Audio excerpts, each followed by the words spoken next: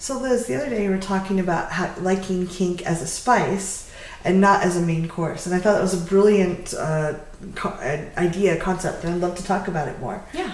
So this is Dr. Liz from Sex Positive Psych. This is Cathy from the Intimacy Dojo. And I know people that are very heavy into kink, and that's the only way they want to play, the only way they want to relate to each other, which is fine. I don't consider myself a super kinky person, so it doesn't, to me, it doesn't resonate. But I liked what you shared. Can you define that a little more? Sure. So when I talk about the way people have desires, I look at them as these very different spectra, right? And so someone's desire to interact with kink could be very, very strong, but not particularly frequent, or it could be very frequent, but not particularly strong. And both of those axes can happen relatively independently.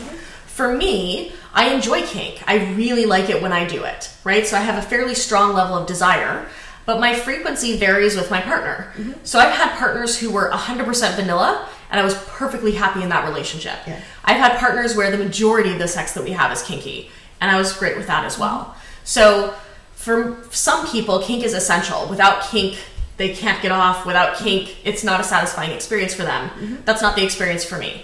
So when people ask me about what kink is like for me, I tell them that I like kink as a spice, not as the main course. I love that. And I also think that a lot of people think of kink as this bucket, but it's actually quite nuanced. It is. Like, I'm not into pain, but some power play can be kind of fun. Or role playing which some people kind of push into, like, it's a very gradual ascension, so to speak. Yeah. So what kind of spices do people like on their sex can be very different. They can be.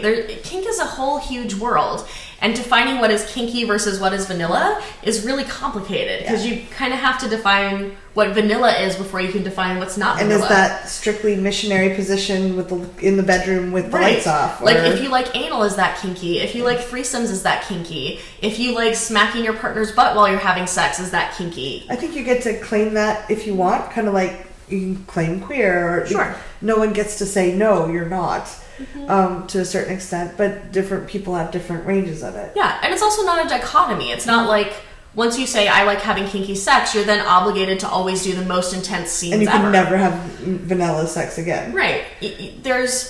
Every interaction is different, every relationship is different, and you get to set each of those boundaries and each of those ideas as you get to them. And different days. There's days I like really quiet, gentle sex, and there's days like I'm like, oh, let's rip our clothes off. Yeah.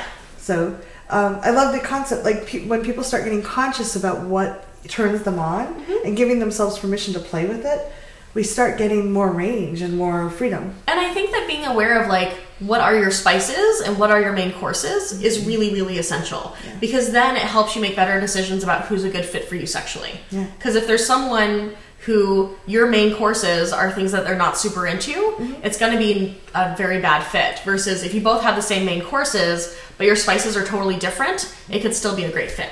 Wonderful. Thank you for sharing that concept. Yeah, you're welcome. Leave comments below. We'd love to know what you think. Congratulations on taking this time for yourself and learning these things. If you'd like to follow more of this, you can subscribe to my channel here. Social media is up here, and there's more videos of this type here. See you soon.